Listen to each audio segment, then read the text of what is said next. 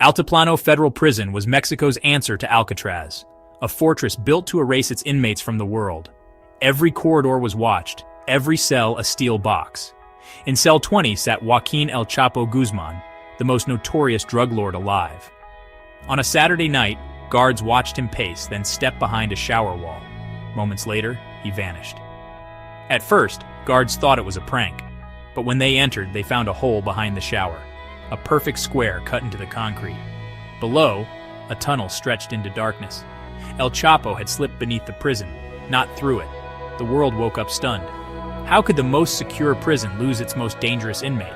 Investigators soon uncovered a mile-long tunnel, complete with lights, ventilation, and a motorcycle on rails. It was a feat of criminal engineering, proof of El Chapo's reach and resources. This wasn't his first escape, it was his second. The audacity of the act made him a legend, a man who could outsmart any system. He turned a maximum security prison into a mere obstacle. The escape was a message. No wall could hold him. El Chapo became a ghost, and ghosts, as we know, can walk through walls. The Mexican government's triumph had turned to humiliation overnight. The world watched, fascinated and horrified, as the myth of El Chapo grew.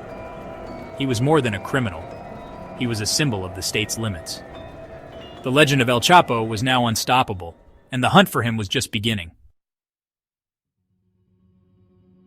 To understand El Chapo, you have to start in the mountains of Sinaloa, in the tiny village of La Tuna.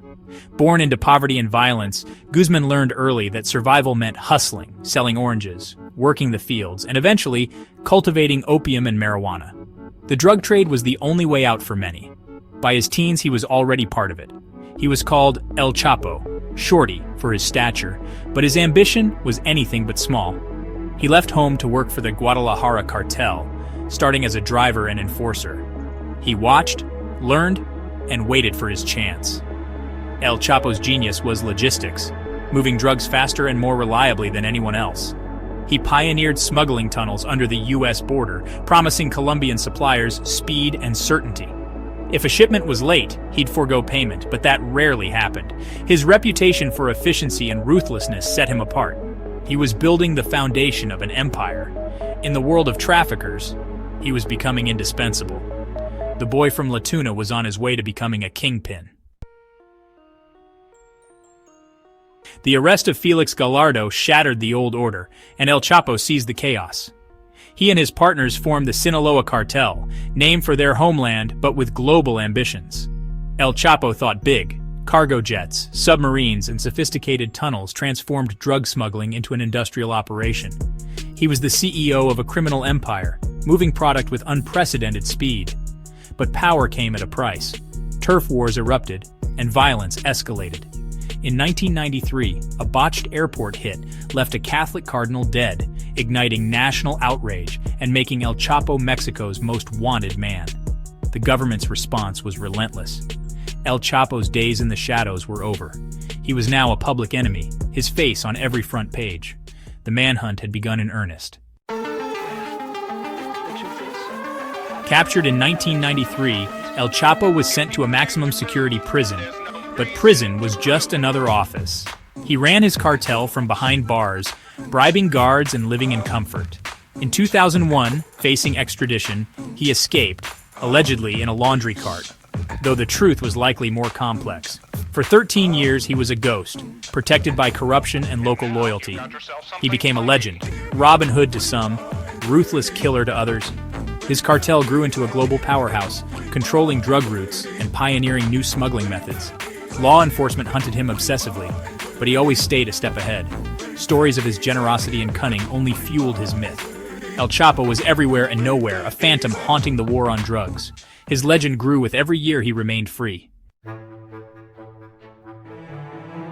In 2014, after years on the run, El Chapo was finally captured in Mazatlan. No gunfight, just a quiet arrest. The government promised no more escapes. He was sent to Altiplano, but in 2015, he vanished again, this time through a tunnel that stunned the world. His freedom was brief. Obsessed with his own legend, he reached out to Hollywood, arranging a secret meeting with Sean Penn and Kate Del Castillo. That meeting led authorities straight to him. In 2016, after a gun battle and another tunnel escape, he was finally caught for good. This time, there were no mistakes. He was extradited to the US in 2017. His trial revealed the staggering scale of his empire and the corruption that enabled it. Found guilty on all counts, he was sentenced to life plus 30 years. Now, he sits in ADX Florence, a prison no one has ever escaped. The kingpin who once vanished at will is locked away for good. The myth was over. The man was caged, but the story was far from finished. El Chapo's imprisonment didn't end the Sinaloa cartel. His sons and old allies took over, and the violence only grew more chaotic. He left a legacy of bloodshed, addiction, and corruption on both sides of the border. In Sinaloa, some still see him as a benefactor, a product of poverty and neglect. His story exposes the futility of the war on drugs. Cut off one head, and another grows. The business is too profitable, the demand too high. New leaders emerge, often more violent than the last. The cycle of violence and profit continues. El Chapo is locked away, but the shadow he cast remains. His life is a warning. The real problem is bigger than any one man. The war goes on, with no end in sight. Thanks for watching. Don't forget to like, subscribe, and share. See you next time.